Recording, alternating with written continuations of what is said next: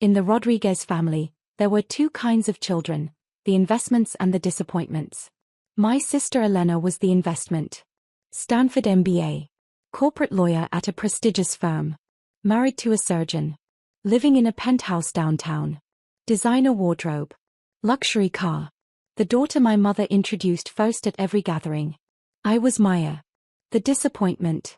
Community college dropout. Still figuring things out. Renting a small apartment. Driving a 10-year-old Honda. The daughter my mother explained away with apologetic smiles.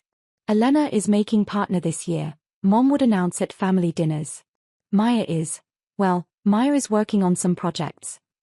The projects were my graphic design business, which generated $180,000 annually. But my mother had stopped asking about my work after I left community college in 2016. In her mind, I'd failed. And failures didn't get to share success stories at dinner parties. Elena embraced her role enthusiastically. She'd moved to San Francisco after Stanford, but she visited Mom twice a year, always with expensive gifts, always with stories about her latest case, always with subtle reminders that she was the successful one. Mom, you should really update your kitchen, she'd say during visits. When I inherit the house, I'm going to do a complete renovation. Modern appliances, marble countertops, the works. When she inherited. Not if. When. Because in Elena's mind, and frankly, in everyone's mind, the house would obviously go to the successful daughter. Mom's house in San Jose. 4 bedrooms, 3 bathrooms, 2,800 square feet. Purchased in 1998 for $420,000. Now worth $2.3 million thanks to the Bay Area real estate boom. Elena had been planning her inheritance since 2015. And I'd been quietly saving my mother from financial ruin since 2020. My mother, Carmen Rodriguez, was house rich and cash poor. The house had appreciated to $2.3 million. But her retirement income was modest, $3,400 monthly from Social Security and a small pension. In 2019, when she was 68, she'd made a critical mistake. She'd refinanced the house to pay for Elena's wedding. $180,000 refinance. New 30-year mortgage at 4.2% interest. Monthly payment, $3,200. She'd done it because Elena had wanted a proper wedding, destination ceremony in Napa, 200 guests, designer dress, celebrity photographer. It's an investment in her future, Mom had told me when I questioned the decision. Elena married well. This wedding establishes her social position. The wedding cost $180,000. Elena and her surgeon husband didn't contribute a dollar. And suddenly Mom's $3,400 monthly income had to cover a $3,200 mortgage payment. That left $200 for property taxes, insurance, utilities, food, healthcare, and everything else. It was financially impossible. But Mom was too proud to admit she'd made a mistake. Too proud to tell Elena that the investment in her perfect wedding had destroyed her mother's financial security. So she struggled. She ate rice and beans most nights. She let the house fall into disrepair. She skipped doctor's appointments because she couldn't afford the co-pays. And she never told anyone. Except me. In July 2020, I stopped by Mom's house unannounced. I'd been in the neighborhood finishing a design project for a client. I found her sitting at the kitchen table, crying over a stack of bills. Mom. She tried to hide the papers, but I'd already seen them. Past due notices. Final warnings. A foreclosure letter from the bank. It's nothing, she said quickly. Just some paperwork. I picked up the foreclosure notice. You're 3 months behind on the mortgage. It's fine. I'll catch up. How? I asked. Your pension and Social Security barely cover the payment. The truth came spilling out. The refinance for Elena's wedding. The impossible math. The months of juggling bills and falling further behind. Why didn't you tell me? I asked. What could you do? Mom said, her voice bitter. You're barely making it yourself. That stung. But I understood. In her mind, I was the struggling daughter. The one who'd failed to launch. The one who couldn't possibly help. She had no idea that my little design projects generated $15,000 monthly. How much do you need to catch up? I asked. Maya, I can't ask you. You're not asking. I'm offering. How much? She told me. $9,600 for 3 missed payments. Plus $3,200 for the current month. $12,800 total. I wrote her a check that afternoon. This is a loan, Mom insisted. I'll pay you back. Sure, Mom, I agreed. We both knew she wouldn't be able to. That night, I did the math. Mom's mortgage payment, $3,200 monthly. Mom's income, $3,400 monthly. Amount left for everything else, $200. It was unsustainable. The next day, I called her. I have a proposal. Maya, I already owe you. I'll pay your mortgage, I interrupted. Every month. Directly to the bank. Silence. Why would you do that? She finally asked. Because you're my mother, I said simply. Because Elena got a $180,000 wedding and you got a mortgage you can't afford. Because I can help and I want to. I can't accept.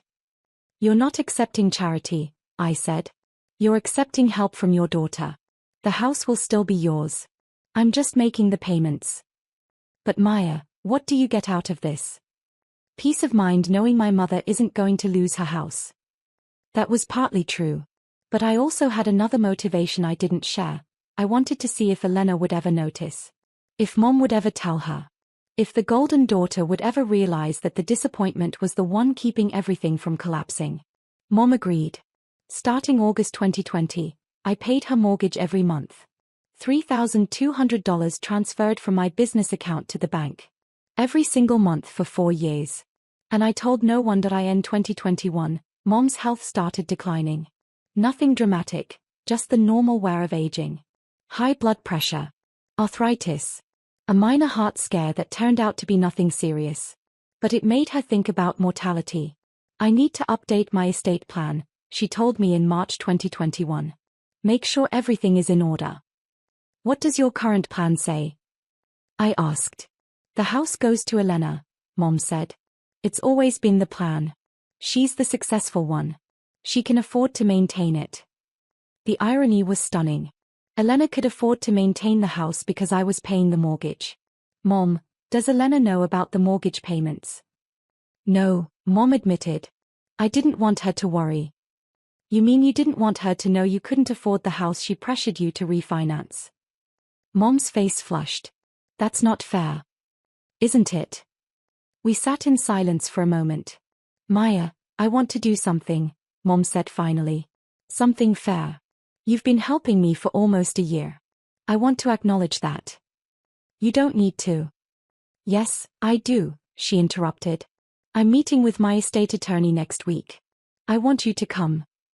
The following week, I sat in Richard Chen's office, our estate planning attorney who'd handled Mom's documents for 20 years.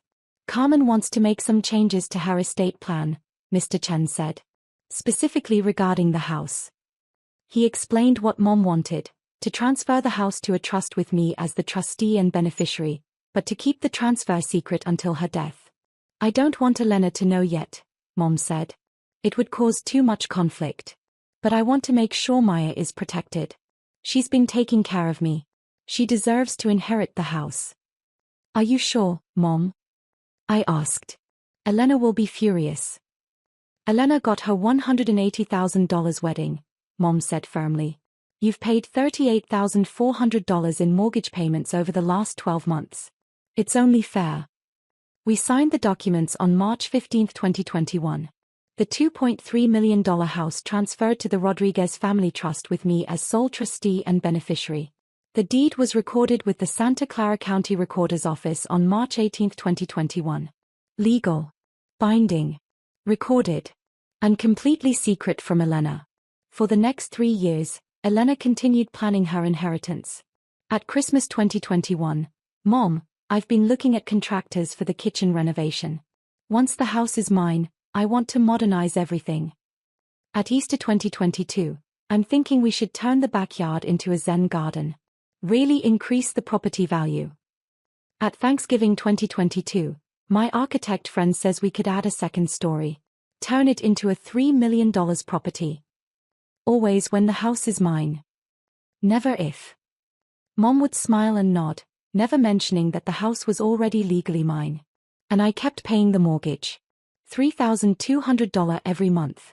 By November 2024, I'd paid $140,800 over 4 years and 3 months.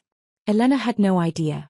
She'd visited exactly 11 times in those 4 years, always staying at a hotel because the house doesn't have the amenities I need.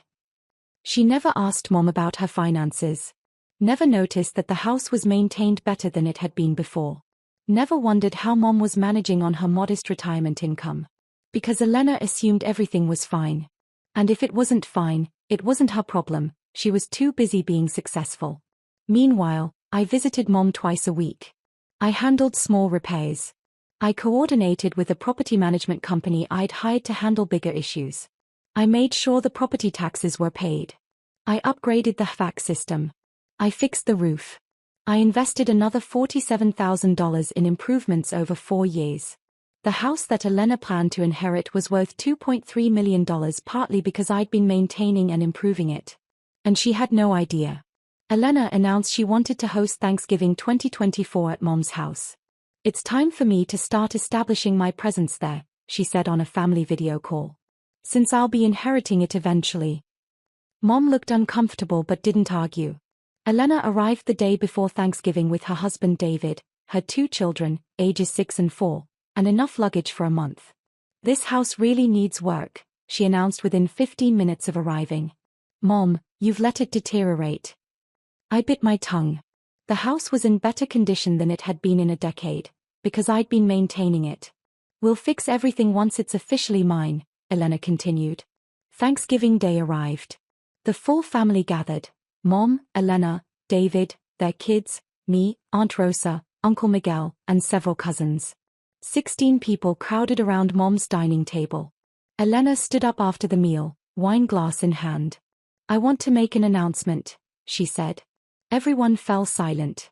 "As you all know, Mom's been talking about estate planning," Elena began. "And we've decided it's time to make things official." Mom's face went pale. "Elena, this isn't the time." "It's the perfect time," Elena interrupted. "Family is here. Everyone should know the plan." She pulled out a folder. "Mom's signing the $2.3 million house to me today. I've brought all the documents. We're making it official. No more waiting until, well, you know." Aunt Rosa clapped. Uncle Miguel smiled approvingly. Elena turned to me with false sympathy. "I know this might be hard to hear, Maya. But let's be realistic. You're just a renter anyway. You don't have the resources to maintain a property like this. It makes sense for it to go to someone with financial stability." Everyone laughed. The dismissal in that laugh. The casual cruelty. The assumption that I was too much of a failure to deserve anything. I smiled. Tell them who's been paying your mortgage since 2020. Mom's face went pale. The room went silent. "What mortgage?" Elena asked. "The house is paid off." "The house has a $240,000 mortgage," I said calmly. "Mom refinanced in 2019 to pay for your wedding. $180,000 refinance. Monthly payment of $3,200. She couldn't afford it on her retirement income." Elena's face shifted from confident to confused. "That's not, Mom would have told me." "Would she?"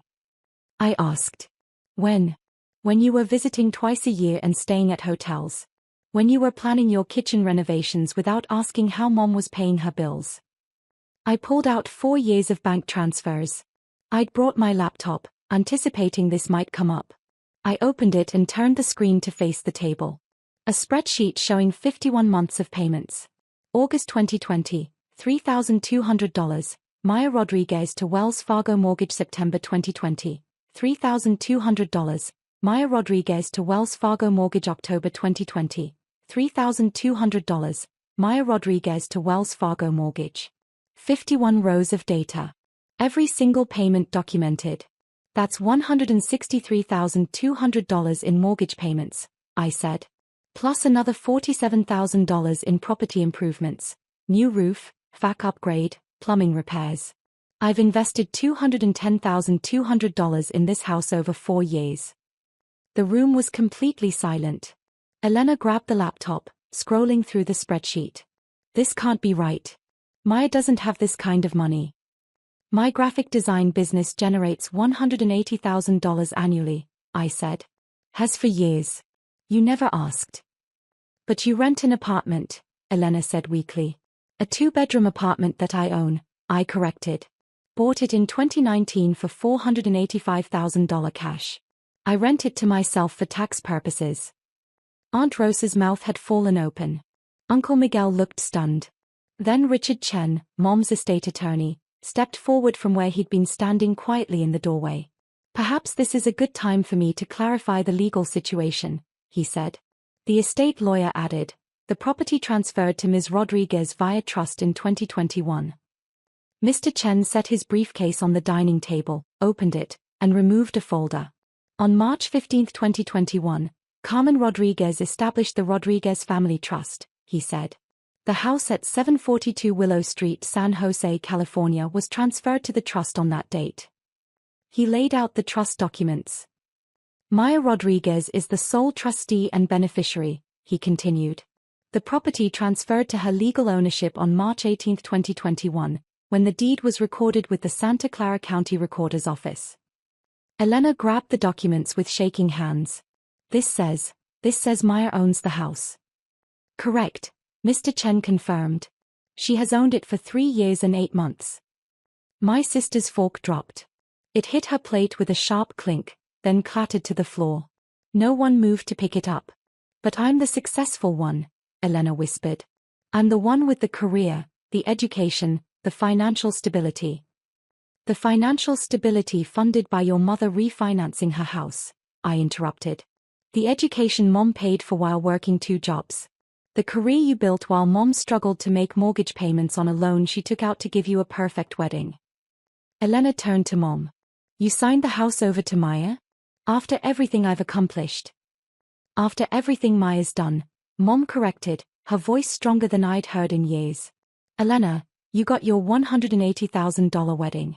You got your Stanford education that cost me $120,000. You got your perfect life while I was 3 months away from foreclosure. You were going to lose the house. David, Elena's husband, asked quietly. In 2020, yes, Mom confirmed. Maya saved me. Not just once, every single month for over 4 years. While you were planning renovations and buying designer furniture, Maya was making sure I didn't lose my home. I didn't know you were struggling. Elena protested. You never asked, I said simply. You visited twice a year, stayed at hotels, and talked about what you'd do with the house when it was yours. You never once asked Mom how she was managing. Never offered to help with bills. Never noticed that the house was better maintained than before. Because you were maintaining it, Elena said, the realization dawning. With my inheritance. It was never your inheritance, Mr. Chen corrected. The house transferred to Maya 3 years ago. It's been her property this entire time. Aunt Rosa found her voice. Carmen, why didn't you tell us Elena had the house refinanced for her wedding? Because I thought I could manage, Mom said quietly. And I didn't want Elena to feel guilty. Feel guilty? I asked. Mom, she should feel guilty. She pressured you into a $180,000 wedding refinance and never looked back. Elena's face had gone from pale to red. I didn't pressure anyone. Mom offered. Did she? I asked. Or did you keep talking about what a proper wedding should look like until she felt obligated to provide it? Elena had no answer. David spoke carefully. Elena, we should have contributed to the wedding. We both had good incomes. I didn't know Carmen refinanced her house. Because I didn't tell anyone, Mom said. It was my decision, my pride, my mistake. And my solution, I added. Which Elena never noticed because she was too busy planning what to do with a house she thought she'd inherit. Elena wasn't done fighting. This isn't legal, she said desperately. Mom wasn't in her right mind. She was coerced. Maya must have manipulated her. Mr. Chen pulled out another document. I anticipated this concern. Carmen underwent a full cognitive evaluation in March 2021 before signing the trust documents. Dr. Patricia Wong confirmed full mental capacity. He laid out the medical evaluation. Additionally, I have documented Carmen's stated intentions in my notes from our meetings, Mr. Chen continued. She was clear, decisive, and absolutely competent in her decision-making. But it's not fair. Elena insisted. I'm the successful one. I'm the one who can afford to maintain this property. You can afford to maintain it because I've been paying the mortgage, I said. If I'd stopped making payments at any time in the last 4 years, the house would have gone into foreclosure. There would be nothing for you to inherit. Then I'll contest the trust, Elena said. I'll hire a lawyer. I'll prove that Maya manipulated Mom. On what grounds?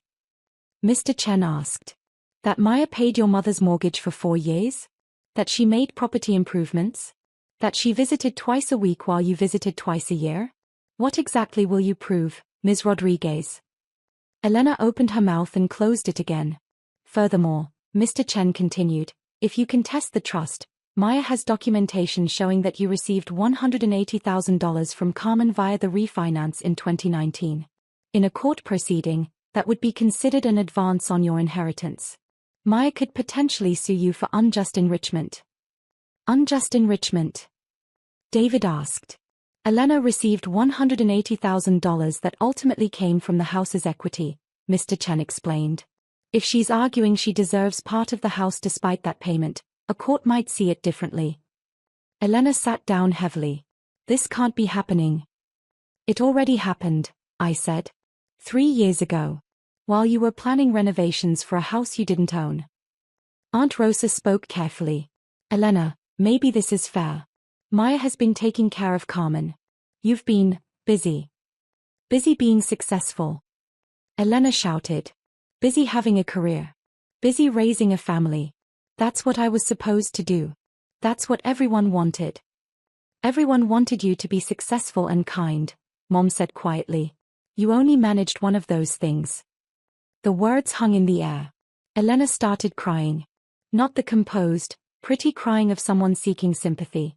Ugly, painful sobs of someone whose entire worldview was collapsing. I thought I was the good daughter, she whispered. I thought I did everything right. You did everything that looked right, I corrected. There's a difference. I looked at Elena crying at Mom's dining table. My sister. The golden daughter. The success story. She'd built a beautiful life, on Mom's sacrifice, on my invisible support, on the assumption that her achievements entitled her to everything. Here's what's going to happen, I said. Everyone turned to look at me. The house is mine. That's legally established and not changing. Mom can continue living here as long as she wants. It's her home, even if I own it. Mom nodded gratefully.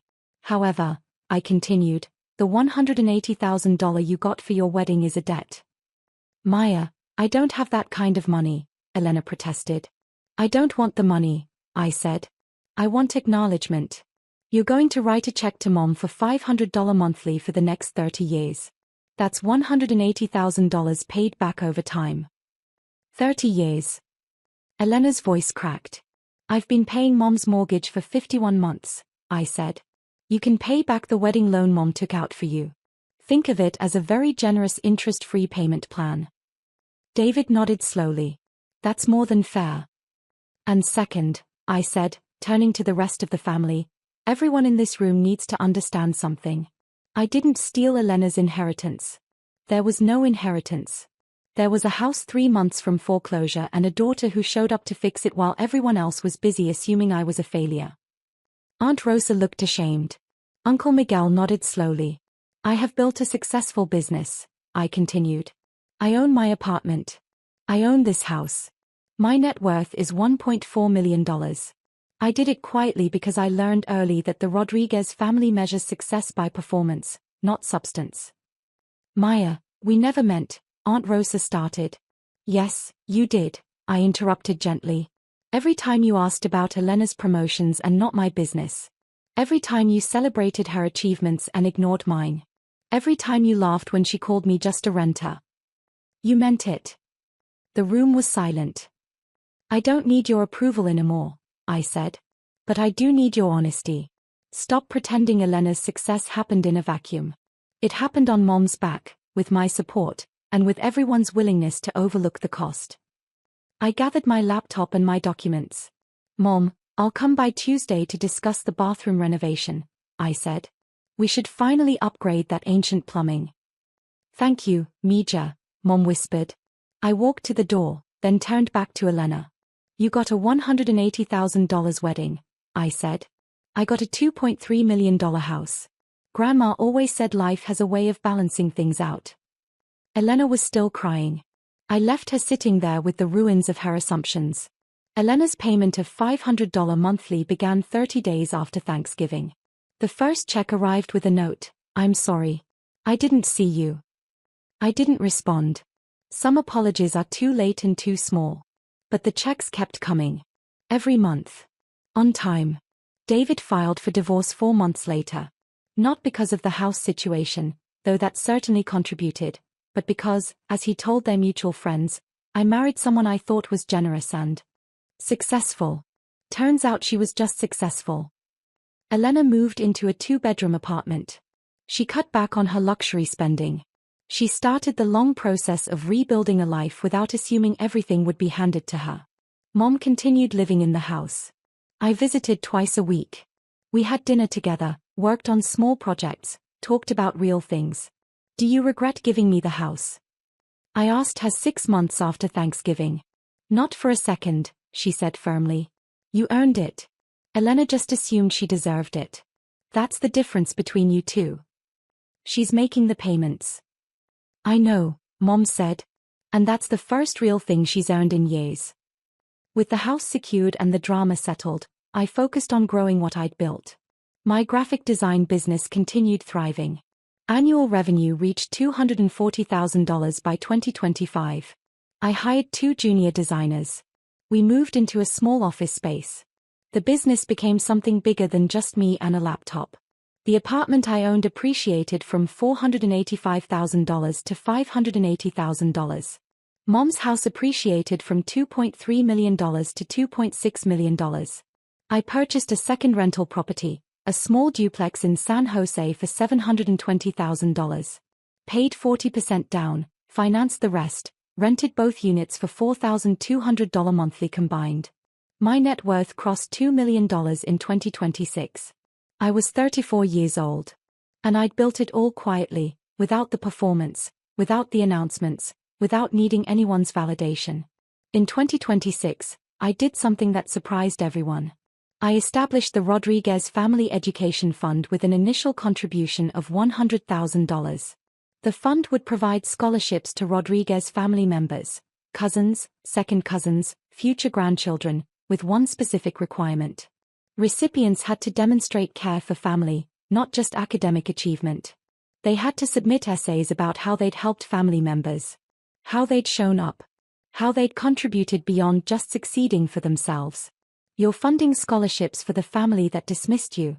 My best friend asked, incredulous. I'm funding scholarships for future generations who might learn something our generation didn't, I corrected. That success means nothing if it's built on other people's sacrifices without acknowledgement. The first scholarship went to a cousin's daughter who'd been caring for her grandmother while attending community college. She'd worked part-time, maintained a 3.8 GPA, and visited her grandmother 4 times a week. She got $15,000 toward her education. This is like what you did for Aunt Carmen, she told me when I presented the scholarship. Just showing up and helping. Exactly, I said. That's what family should mean. In November 2026, 3 years after the Thanksgiving confrontation, I received a letter. Elena's handwriting. Bay Area postmark. I almost didn't open it. But curiosity won. Maya, it began. I've been in therapy for 2 years. My therapist finally helped me understand what happened at that Thanksgiving dinner, and what had been happening for years before it. I was performing success instead of being successful. I was collecting achievements like trophies without understanding what they cost, not just to me, but to Mom, to you, to everyone who supported me. I got a $180,000 wedding funded by Mom's refinance. I never asked if she could afford it. I just assumed she wanted to give it to me because that's what mothers do for successful daughters. I assumed I'd inherit the house because I had an MBA and a corporate job. I never asked if you were helping Mom. I never wondered how she was managing on her retirement income. I just assumed. You know what the worst part is?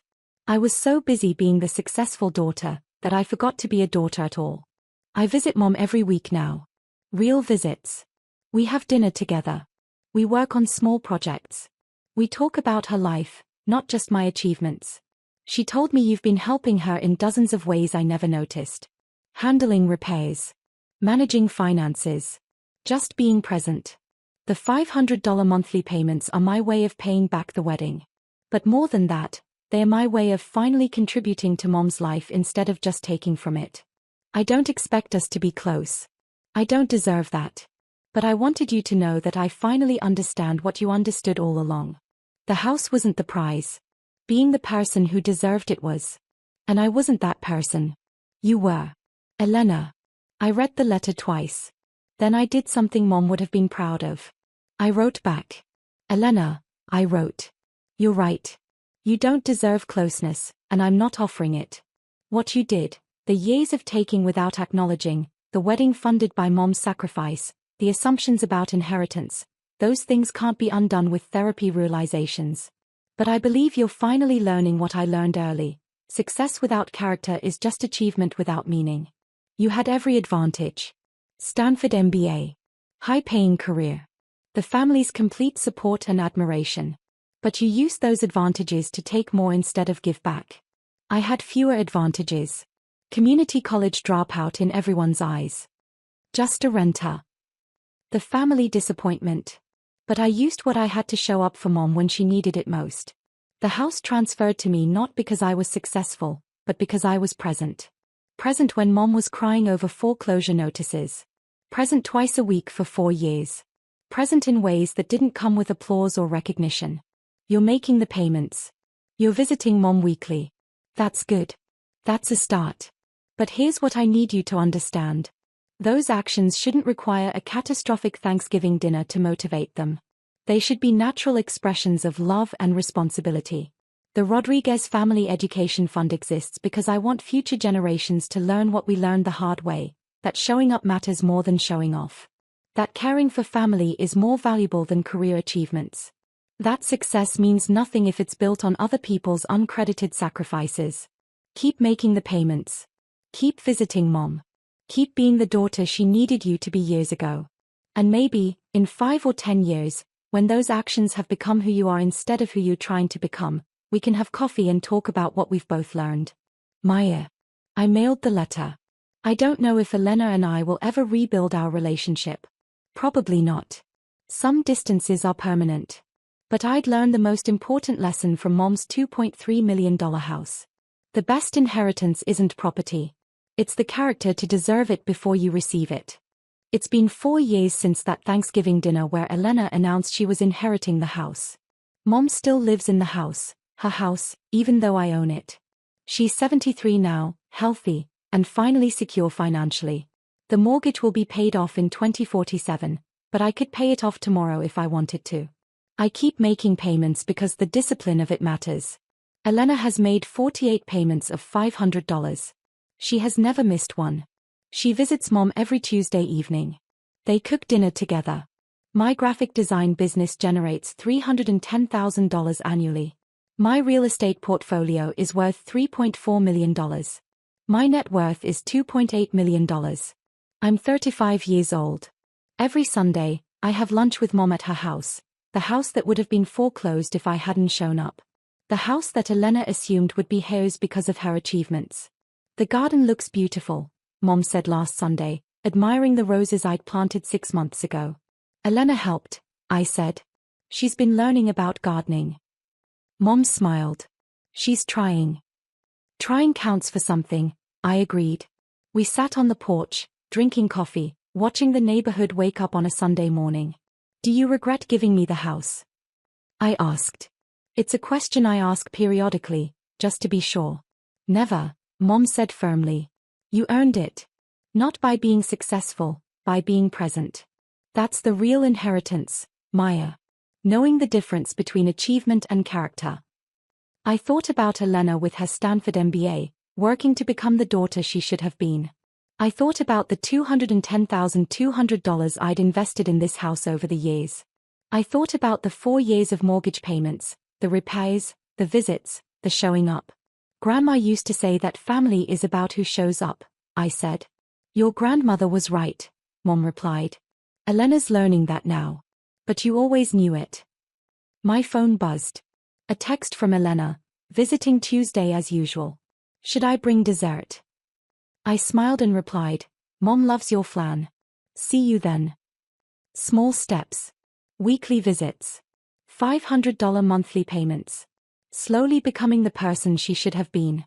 But I'd learned the most important lesson from the house Elena thought she'd inherit. The best inheritance isn't what you receive. It's what you prove you deserve before anyone decides to give it to you. And I'd proven that every single month for 4 years while Elena was planning renovations for a house she'd never own. Exactly as it should be.